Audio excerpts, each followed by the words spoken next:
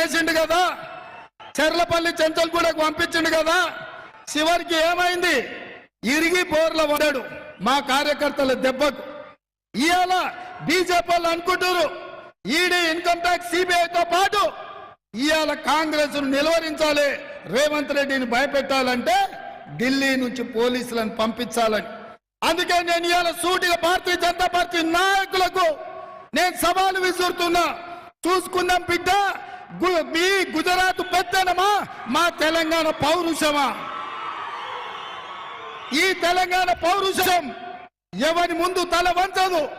నిజాంల నుంచి, రజాకర్ల నుంచి పొలిమేర్లు దాటే వరకు దిగంతాలకు తరిమి నవాబుల లాగుల్లో తొండలిడిసి కొట్టి ఈ ప్రాంతాన్ని విముక్తి చేపించినాం. ఉమ్మడి రాష్ట్రంలో సమైక్య పాలనలో పౌరుషంతో పోరాడి తెలంగాణ రాష్ట్రాన్ని తెచ్చుకున్నాం.